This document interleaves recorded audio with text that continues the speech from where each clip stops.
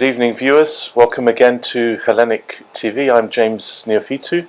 Welcome to Table for Two. I'm here with Alexio's Gennaris, and this time we have a field trip special because Alex has just come back from Sierra Leone. So we've been talking about Sierra Leone for months now. Alex, you went there. I did, yes. So this episode, we'd love to hear the nuts and bolts, the details. Okay. Tell us the length of your stay and when you went and everything. I will. There's a lot to go through. In the 15 days, I was making points, bullet points. I listed 24 bullet points in those 15 days. We have time. So there's a lot to go through. We'll start first with Pentecost. Okay. So we had the service, obviously, with Bishop Themistocles. That was one of the biggest services I've seen in Sierra Leone. This is at Tower Hill at the church there. The large part of the congregation is made up of our Zinc House Kids, as we call them, plus their mothers were there as well. Now there was one scene of four ladies, Adama, Isata, Fatu, and Aminata, walking to the church. Mm-hmm. Now the names say a lot about these four women. Yes. About their religion. Yet when we were kneeling down for the service, they were kneeling down with us. They were respecting our religion to that extent that they would kneel down with us. They also know our prayers. They also know our hymns. So it's the community there, the Muslim and Christian community there, they live so well together, which is lacking obviously everywhere else in other places. In the world, yes. In other places. Okay, so that's Pentecost. Now, we're on to now we had two naming ceremonies. So we went there to meet some of the newborn babies. There's Angeliki, 7-month-old Angeliki, so she had a naming ceremony, which was an Orthodox Christian naming ceremony. There were a lot of things, I've never seen this before, I don't think we have it in England, but the priest there would offer her, each person would come and offer something. There was salt, they put a bit of salt on her lips, then some sugar, some olive oil for anointing, some bread, some water. So all these were symbolic. So each person would come up and offer something to Angeliki. Then we had the newest baby, Nikitas. Okay. It's a name which we all know here. When he was born, he's now 3 weeks old. When he was born, they said, what should we call the baby? I said, well, we have a list of names. So I gave them actually both Christian names and also Muslim names. So I didn't know which way they're going to go for their religion. Out of the list, they chose Nikitas, which was random, which was perfect for us, because we have our Archbishop Nikitas here. So we went to his naming ceremony. His naming ceremony was a Muslim naming ceremony, and it was much the same as the Orthodox one, except they didn't have the salt and the sugar and what have you. So he had his naming ceremony. At the end, all the families offered money to, first of all, to the guy who did the ceremony, and then to the mother. Right. So they gave her money. I gave money. Everyone was offering her money. So that was Nikitas. Now, the next day, Nikitas became Orthodox. Right. So from Muslim naming ceremony, the next day he became Orthodox at a mass baptism. Okay. Originally, we were going to have Angeliki and Thomas Andreas, 2 children, 7-month-old each, who were going to be baptized in the baptismal font which we sent. So that was the original plan. And then we discussed it with the bishop, and they said, well, why don't we get the catechumens to also have a baptism together? That was another 50. And then he said, and then on the day before, it went to 50 to 93. And then on the day of the baptism, there were 153 children. Amazing. And that was on the Monday following Pentecost.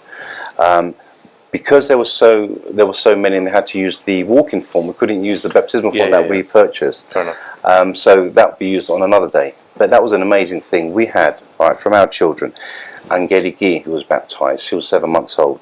Thomas Andreas was baptized. We had baby Nikitas, who was 15 days old at the time. His brother Santos, who became Daniel, he was baptized. And then we had Emilia and Eleanor. That was a mother, a daughter and a mother. But the biggest shock, or the biggest surprise, was one boy called Abubakar. Back in 2021, when I was at the mission in December, those Vespers on a Tuesday, and I looked behind me, and then 7 of the Zinc House Kids walked in, and they all sat behind me. And I was shocked. I was quite emotional when I saw them all entering the church. 5 of them went on to become Orthodox the following year. Right. There were set of 3 siblings and set of 2 siblings. And then the year after that, their friends and more of their relatives also became Orthodox, except this one boy, Abubakar. But Abubakar, since 2021, he's attended all the services on Sunday, all the Saturday night Vespers. He knows all the hymns. He knows all the prayers. And at the end of church, he tidies up. Yeah, wow. He's Muslim. How old is he? How old is he? He's 11 years old.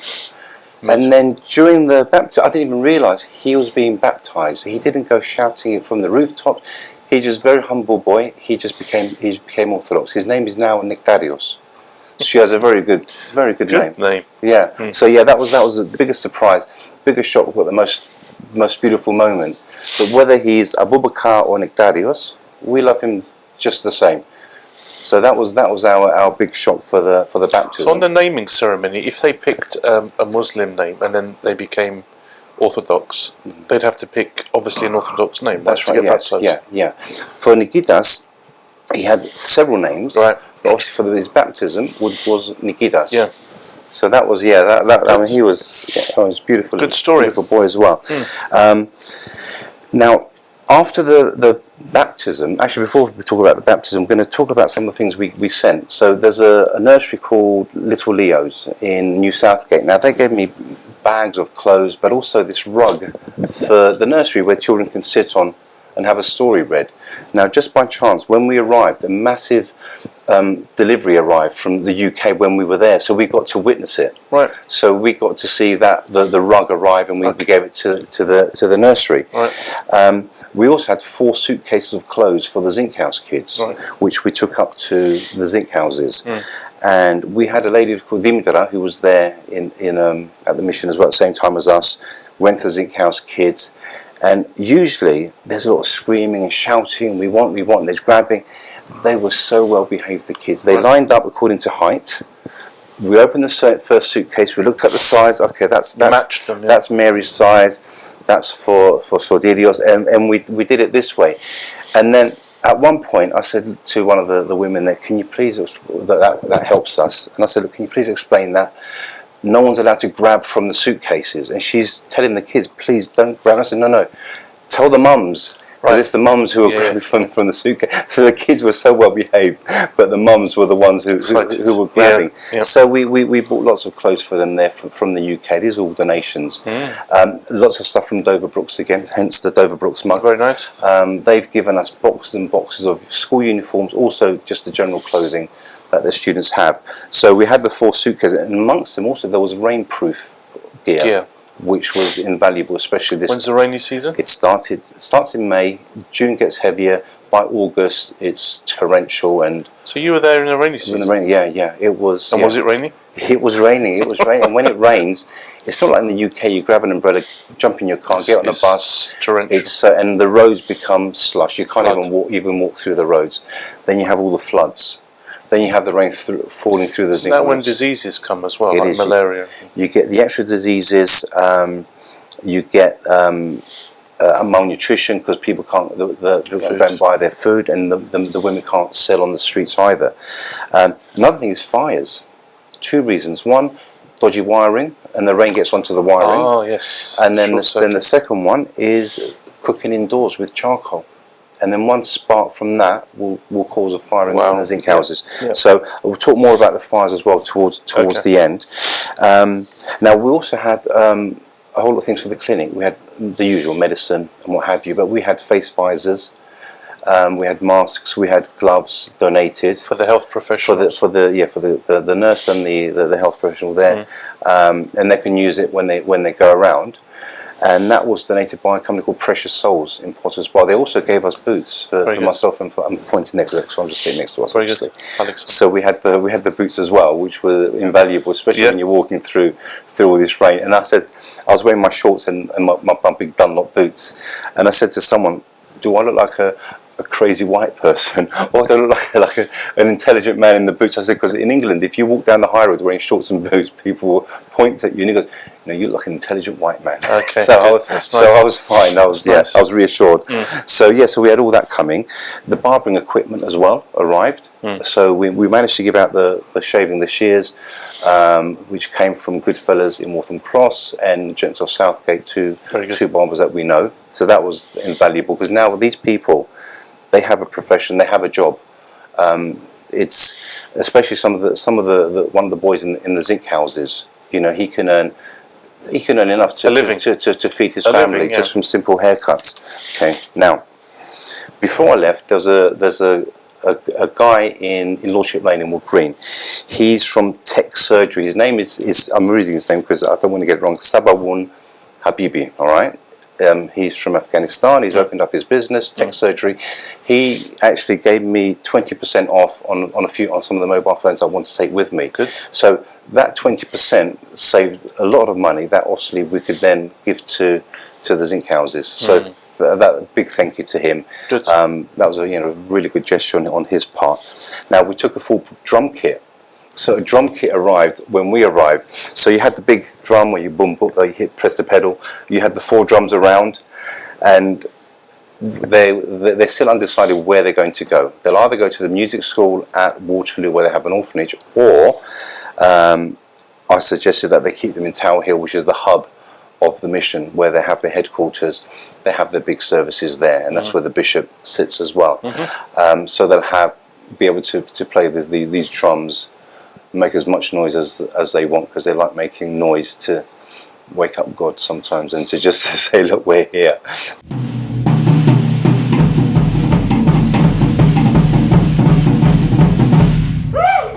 But also another reason for the noise is to let the other churches know, look, we can make more noise than you, which is how it goes. Competition. Yes, how they it goes. Could also reintroduce it into the Byzantine chanting, because originally there were instruments as well, so it could keep the timing of the chanters moving. Yeah, they would do really well with that, actually.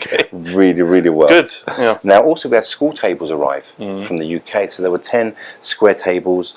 There were 7 long tables, which will go, I think they're going to the school in Crewe Bay. So they arrived when we were there. Now there was a lot of problem with the delivery, with the ship was delayed, and everything was meant to arrive before we came, but it arrived a few days later. But Leon Freight were making phone calls left, right and centre to sort this out for us, and thankfully we got everything on time. Also the barbecue, the big fogo arrived from Archway Metalworks. Yeah. Okay, so that was that. Now, did you use it? We did. Honestly, it was the best day ever. And they've never had charcoal chicken, charcoal prawns on the on the barbecue. Now we had 3 parties whilst we were there. The first one was Property Vine. We'll call it Property Vine Party. They sponsored it. There were 300 children. 300 children, just slightly under, but 300 children. They sang us songs. They wrote songs for us. There were speeches. There was music, and there was lots and lots of food. Now these children don't see a plate of food the way they saw it. There was so much food there for them. Where did the food come from? We had the women there did all the cooking, sourced the food and cooked it for us, and they gave out soft drinks as well. Beautiful. And also Dover Brooks again, Dover Brooks mug, Dover Brooks. We sent a whole lot of their uniforms there. Right. Now the boys there found the sports gear, and they formed a football team. Amazing. Named Saint Bandeleimon. No, Alex FC. Oh no. So we have an Alex FC there, and they sang a song to me, and everything was beautiful. So you're the chairman. So I'm That's brilliant. Yeah, so they got that, and then the Zinc House Kids at Tower Hill, they heard that there's a name called Alex FC, a team called Alex FC. So they formed one as well. Alexios FC, and another one Alexandra FC. So there are now three. You're going to start a league. Yeah, definitely. Well, definitely. So that's one of the parties. That was Godridge Village. Now we also had the Zinc House Kids party. Usually we have it at the beach. Now the problem with that this year, it was raining. We had the rainy season, but we've got so many toddlers. It was far too dangerous. So we asked the bishop for his blessing. We had it at the church hall. Right. We had around about 100 children and adults. It was on Father's Day, so it was quite an emotional day for me, having all these children there. I gave a These very... are big numbers, though, Yeah. of people coming together. Yeah. And Father Sordelios brought some more people to the party as well. So there was a lot of people. They all had something to eat. Yeah. They had a lot of food, Yeah. a lot of drinks, and at the end of it, they all tied it up as well. Which was takeaway bags as well. leftovers. Oh, there was no leftovers. No leftovers. You don't get leftovers. That's good. That's good to hear. Eat it all up. Yeah. And then the last party was it's the Archway Metalworks barbecue. Right. This came after the mass baptism. Now there's a few people in the UK donated money towards the baptism, so that money went towards the food there. We fed 200 people. It was just chicken drumsticks on the thing. There was, at the end, we also had shrimps as well. There was soft drinks for everyone, and the women were there from 2 p.m. They finally left at 7 p.m. They were cooking constantly. There's also a guy from Greece, Haris, who came with his wife Martina to adopt a child. They came as well. Wow! And they came and he was there at the Frugul cooking away, doing his bit as well. And I said to him at one point, I said, "You see how easy it is to give something back? Just standing and doing that." Yeah, he said, "But I'm just doing the bottom." I said, "But that's a lot for them to see you there and helping as well." So we had him and some of the mums from the Zinc houses helping. They did a great job of cooking everything. Really did. So where's the Frugul staying?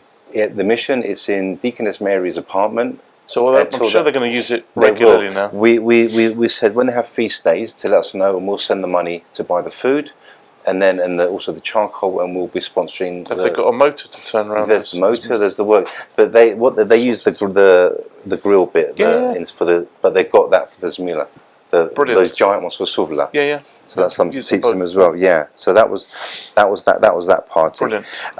Now we also went to a place called Takogama. Now, Takogama Chimpanzee Sanctuary is located in the rainforest. We mentioned this last show, and it was started by a guy called Bala.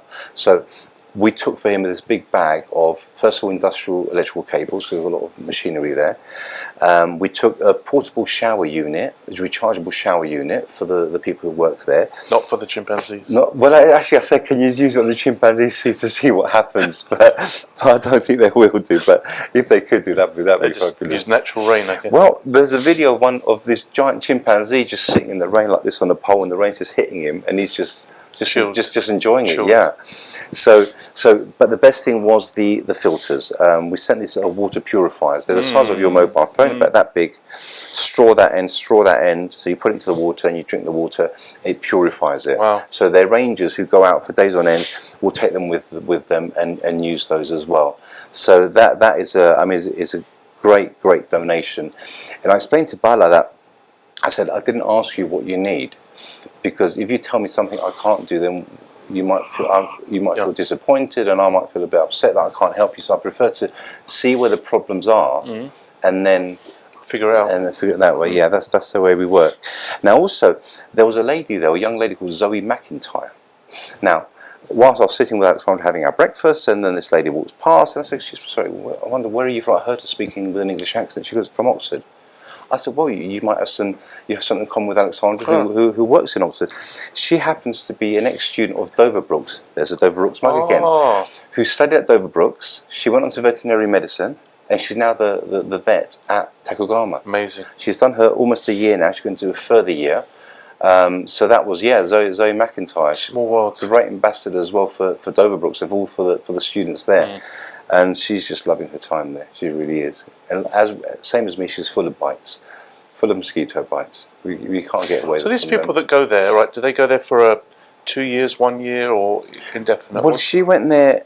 She went there as an intern to work with a vet, right, in Freetown. Right. And then she discovered Takogama. So she's meant to do 1 year. Yeah. But she wants to now do a further year, because she's enjoying herself so much. And you must learn so much when you're stuck in that position. Yeah. You know, and the resources are growing and growing at Takogama. They've got a centre there for people come for research. Amazing. They've got the vets. I mean, they've got the works there for the chimpanzees. Pretty good. Yep. They also help for conservation. They help teach people about the rainforest, not to chop down trees and the effects that has on the environment. So they do so much there.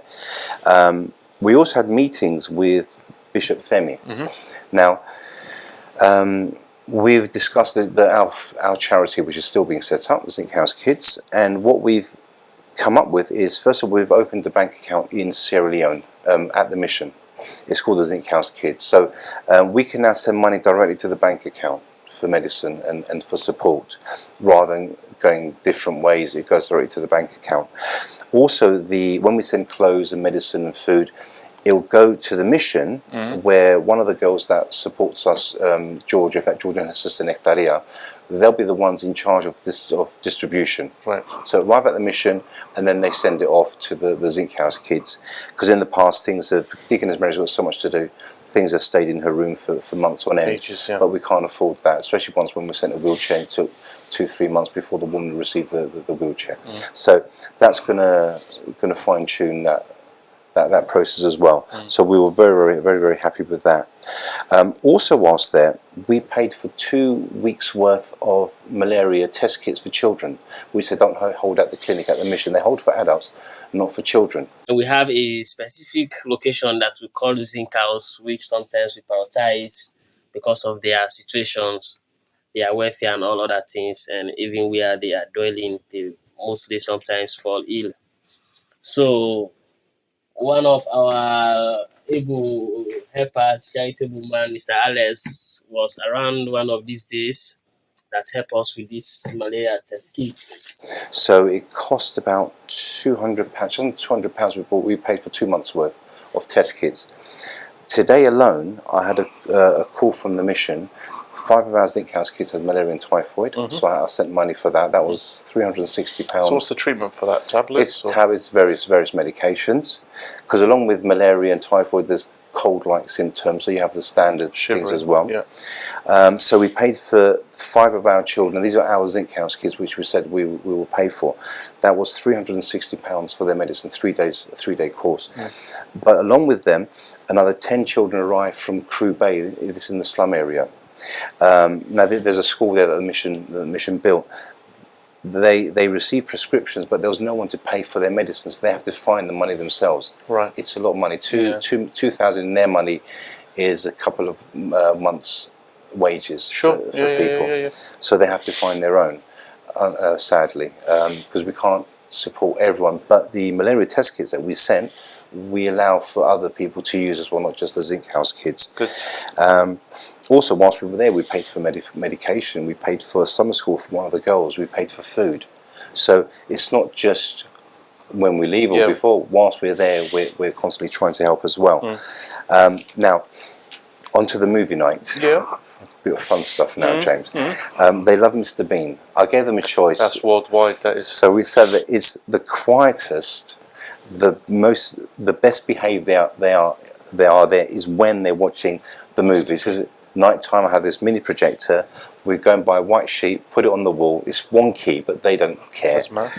And they just sat there laughing their heads off at Mr. Bean. We watched 3 episodes, and they wanted more. And the little ones were falling asleep, so we had to obviously stop. And then because of the rain, we couldn't return there. So that was our movie night, which we do every single time we go. Now, there's some obviously sad news in that we lost young Andres last October. 5-year-old boy died of sepsis. We went to visit his grave. Now his grave was just a mound of earth. So I arranged with a guy that I knew, a carpenter, and he actually arranged for a cross. Good. So we fitted the cross before we left, and someone will paint his name onto it as well. And that was young Andres. Good. Rest in peace. Yeah, thanks, James. So that's something that we're involved in constantly. You know, even though we've lost him, we still go to. It's the full cycle from birth to death, from baptism to funerals. Yeah.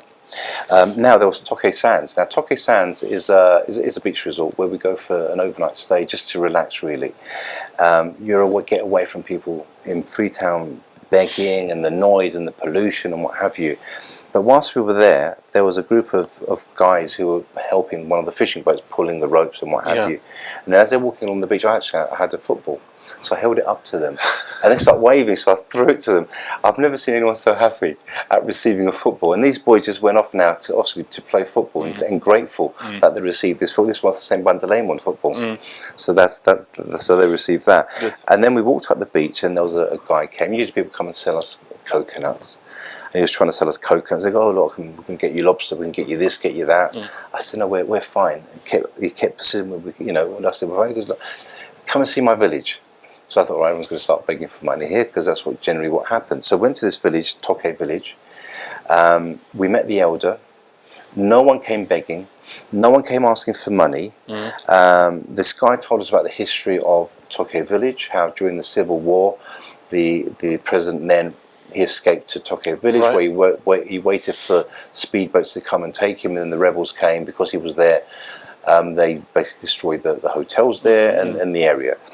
And they said about the soldiers there, which we won't go into the soldiers, the young boys, because it is quite a sad story, very, very. So he told them, we went to the village where there was a community centre. It was just a shell of a building, but it's got a roof. Therefore, it's a community centre built by the elder.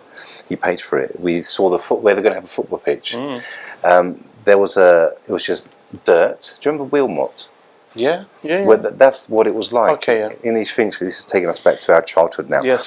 So that's what it was like, and they had mounds of earth where they were going to spread over and put grass. So this is at the middle of a village, and they had proper roads, they had some decent houses, but it was a whole industry. You had the boats coming in with the fish, then they select the fish, then you take the scales off and then you clean them, then you put them in the bandas and the smoking rooms, you smoke them, then they take them to the town or the city and they sell them, and that's how it's done. A whole industry was in the actual village, and it was keeping the village alive through fishing. So that was Tokhe village. And I mentioned Haris and Martina, who are adopting little Angelina. They're from Greece, so they come from Greece, and they found a child they want to adopt. There's also another couple adopting. How did they hear about the mission? They didn't come through the mission. They came separately to the mission. Just on their own. They just interest. They just researched it and found, because a lot of countries in Africa are closing the borders for adoption. You can't adopt from a lot of these countries about now. Trafficking or something. Maybe. Trafficking, probably the main reason. So they found themselves a beautiful little girl, Angelina. They'll be taking her to Greece, but the process it just takes time. There's another couple as well adopting a child, and there was a lady at the mission who's from Greece, from Athens, who's adopting 2 babies, an 8-month-old and a 1-year-old. So she's staying there for 6 months as part of her process, and the fact she's staying for 6 months, it makes it easier for her to adopt the children, but she's still got all the court cases. You've got to go to court constantly, you've got to fill in forms, and it's a constant process. And then some people will object to it, and then it's heartbreaking when you think, oh, am I going to lose this child I've just had for 3 months? So it's quite a long process there. So I wish her well, actually.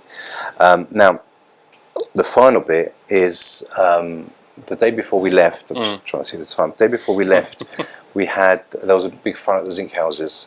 I read about the fires. I saw videos of the fires previously. I saw photos, and then all of a sudden we experienced it. We were at the mission. There was a fire alarm going off at the fire station next to us. The fire truck is zooming up the hill, and Alexandra and them were saying, "Oh, it's coming from behind the zinc houses, beyond." And I said, "No, that's the zinc houses." It is the zinc houses. It was the zinc. So I went running up the hill. I haven't run for a long time. You know, when you're running up a hill and you're so worried and so scared, and I went, and then they were on fire. Wow. So there was a group of houses in the middle. So really, it's just what caused a traumatic thing. A wire, a cable. Cables. There was a cable at the back that caused a spark, caused a fire. So the central houses all started burning. One of the houses was a young girl. I mean, she's 20 years old, Emma, who has 2 children, baby Nikitas and Daniel. Thankfully, everyone was safe, and the fire service get there. They got there to put the fire out, but everything had burnt before they arrived. So there's not a lot to burn down, is there? I mean, it's just a shack. It's just that and all the clothes they own. But she also had all the money from the bait. Everything has burned. But thankfully, her I think it was her sister or her cousin said, "Look, why don't we leave baby Nikitas outside, because we bought them a travel cot. Let him sleep outside tonight, because it'd be cooler for him. He'd have been inside otherwise." So that's saved. So I said, we can replace the zinc, we can replace the wood, the frames, we can replace the clothes. We can't replace the babies. How do you avoid that in future? I mean, what's the way that they could? It's a difficult one because of circumstances. They have to live the way they live. But what we're trying to find is a plot of land for them where they can build how Zinc has spaced out. Yep. Hopefully, get them proper electricity. Yep. Wires cables that aren't going to spark when there's rain. Yep. And that's one of the solutions. Fireproof materials, maybe. That's very difficult. Takes an effort. Yeah. So the next morning we were leaving for the UK. So thankfully I had about 5-6 boxes of clothes left. We took the clothes up to them. We took a massive box of food for them. Good. So we did our bit to help as well. It was a nice way to finish. So it was definitely. But it was and we were all quite numb from the entire experience. So it wasn't our usual goodbye. We just walked away and left them to it. Well, they've got to get on with life. You've got to get on with life, and they do. And they do, of course. Good. Yeah. Thank you, Alex. That's been an amazing journey. Was it 2 weeks you were there? 2 weeks in a day. Yeah, 2 weeks in a day. How often do you go? Every couple of years, or every year? Every year. COVID stopped it, but every year we're there. Yeah. Good, fantastic. Thank you, viewers, for listening. That was a great walkthrough. Good luck in your mission, and keep the donations coming. Thank you very much. Thank you, James. Bye, viewers. Bye. This is where Emma lived. It's sad. It's sad. It's 2024. And people live like this. Babies are born. They're born into this life. They have no choice. This is where they live.